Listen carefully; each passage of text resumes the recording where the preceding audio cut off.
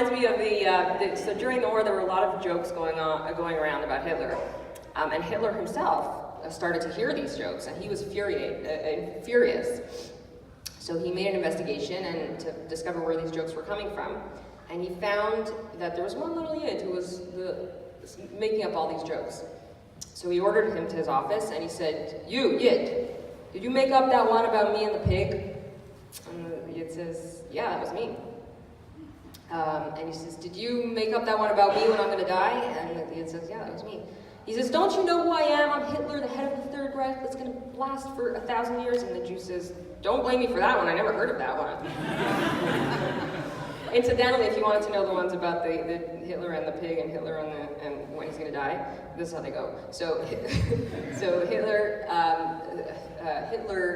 met a Jew and said to the Jew, "You know, I went to Japan and I found that there's no Jews and no pigs in Japan." And so the Jew says, "Well, then why don't you and I go there and they'll have a sample of each?"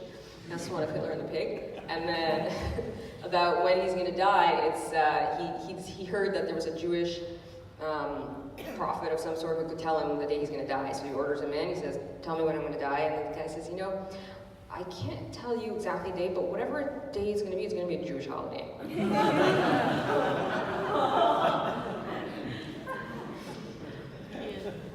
So these jokes, like I said, they're worth repeating.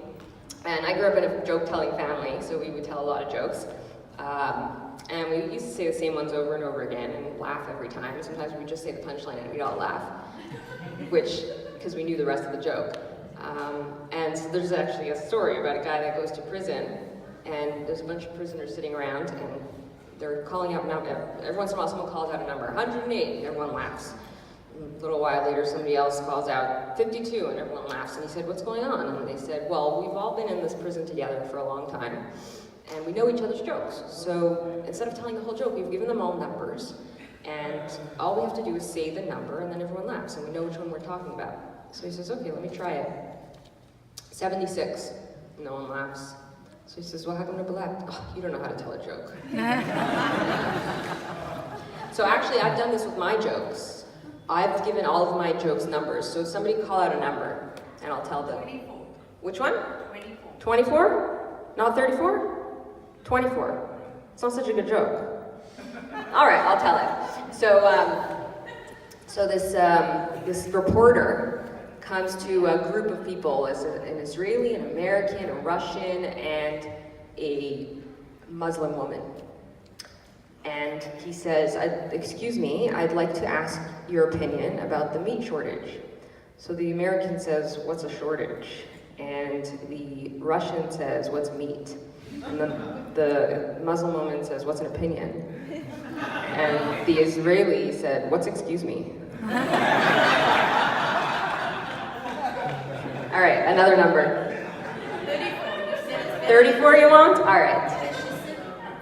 All right. Better than 24. Okay, it's good. So this guy, Jaime Goldfarb, his whole life, his dream was to own a camel. And so he retired, I moved to Florida, and he decided he's fulfilling his dream. He's buying a camel. So he buys a camel, and every day he goes parading up and down Collins Avenue on this camel.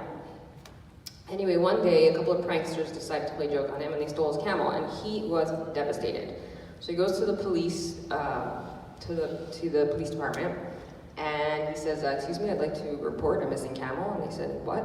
And he says, "Someone stole my camel." And they said, "Oh, okay, so what color was the camel?" And he says, "I don't know, camel color. Was it male or female? I should know if it was male." "Oh, actually it was male," he says. So he said, "How do you know?" He says, "Well, every day I'd be going up and down Collins Avenue, I'd hear people saying, 'Could you just look at the schmuck on that camel?'" Sorry, it wasn't so clean. That's it for now. Thank you very much.